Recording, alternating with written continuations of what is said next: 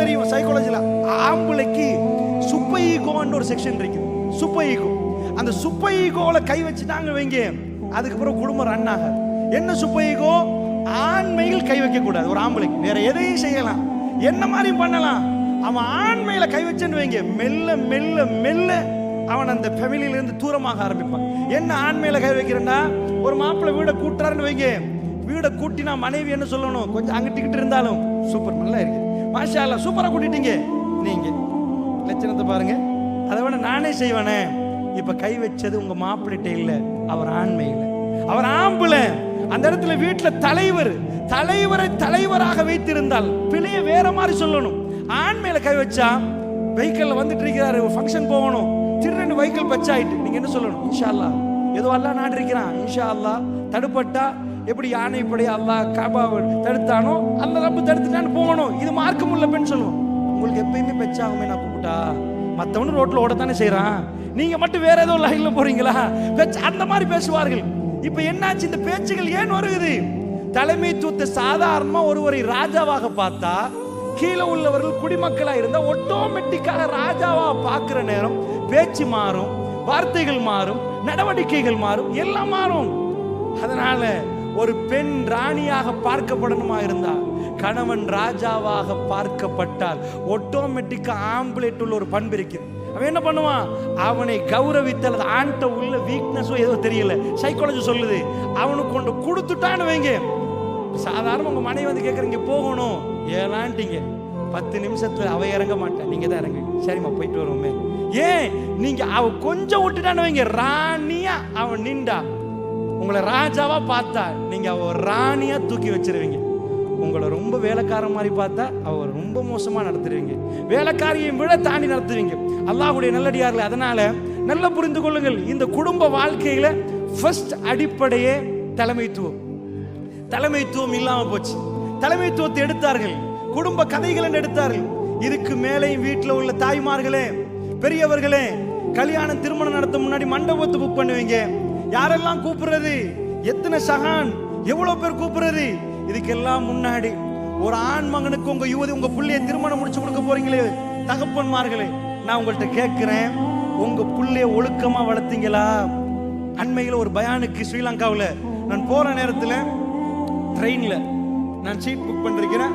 முன்னாடி ஒரு ஃபேமிலி, அதாவது நான் இந்த பக்கம் இடது பக்கம், முன்னாடி ஒரு ஃபேமிலி, நான் வலது பக்கத்தில் இருக்கிறேன், முஸ்லிம்ஸ் ஃபேமிலி.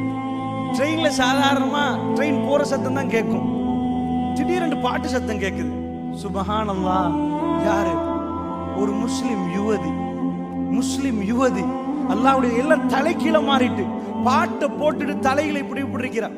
அவங்க வாப்பா என்ன பண்றாருன்னா, பின்னாடி சீட்ல இருந்தவர், அவர் தான் எனக்கு முன்னாடி நிக்கிறவர், அவர் முன்னாடி போய் அவ்வளவுதான் பாப்பா, அதை கணக்கிலே எடுக்காம அத்தனை பேரும் பாக்குறாங்க, பாட்டை சப்தமா கேட்டு அதுக்கு ஒரு சாதாரணமா தலையால ஒரு டான்ஸ் வேற. அல்லாஹ்வுடைய நல்லடியார்களை அல்லாஹ் கேட்க மாட்டானா? உங்க பிள்ளைகளை பத்தி அல்லாஹ் கேட்க மாட்டானா?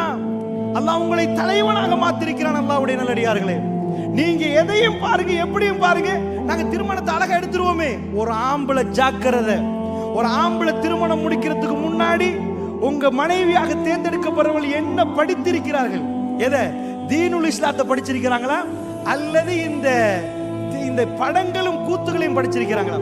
ஒரு படத்தாலையும் நாடகத்தாலையும் மனிதனை உருவாக்க முடியுமாக இருந்தா இன்றைக்கு தமிழ்நாடு மாறி இருக்கணும். ஏன்னா அவ்வளவு படங்கள் ரிலீஸ் ஆகுது. ஆனா என்ன நிலைமை, அவங்களுக்கு காதலிக்க மட்டும்தான் தெரியும், வாழ தெரியல. அல்லாஹ்வுடைய நல்லடியார்களே, அதனால முதல் அம்சத்தை நல்லா புரிஞ்சுக்கோங்க, ஆணும் பெண்ணும் வாழ்ந்தாகணும். இதுதான் அடிப்படை. ஆணும் பெண்ணும் வாழணும்.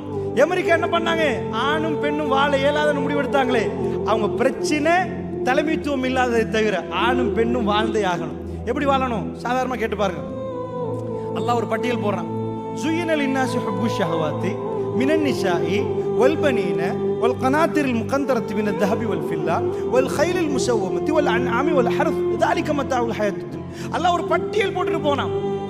ஒரு மனிதனுக்கு எதெல்லாம் விருப்பமாக்கப்பட்டிருக்கு துனியாவில், பிள்ளைகள், அதாவது புதையல்கள், குவியல், தங்க குவியல், வெள்ளி குவியல், இப்படி அல்லாஹ் ஒவ்வொன்றையுமே சொல்லிட்டு போறான். நம்பர் 1 எது?